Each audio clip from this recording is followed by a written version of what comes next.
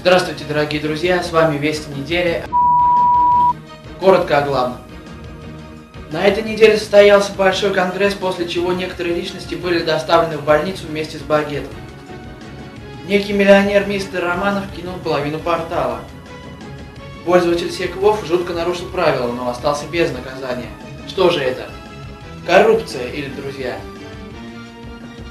Пользователь-младенец признался, что развел половину Бохи и считает, что это нормально. А теперь подробнее. Как выясняется, на самом деле мистер Романов никого не кидал. Он просто устал ждать, когда же школьник Unstoppable закончит работу. Как уточняет Интертасс, конфликт по расчету с Думи был исчерпан. Грубый нарушитель Секвов до сих пор на свободе. Готов предоставить пруфы по нарушителю. Если, конечно, интересно.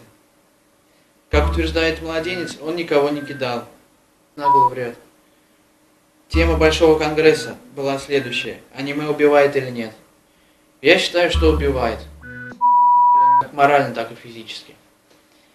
Но вопрос был не раскрыт, поэтому можем продолжить. А теперь погода.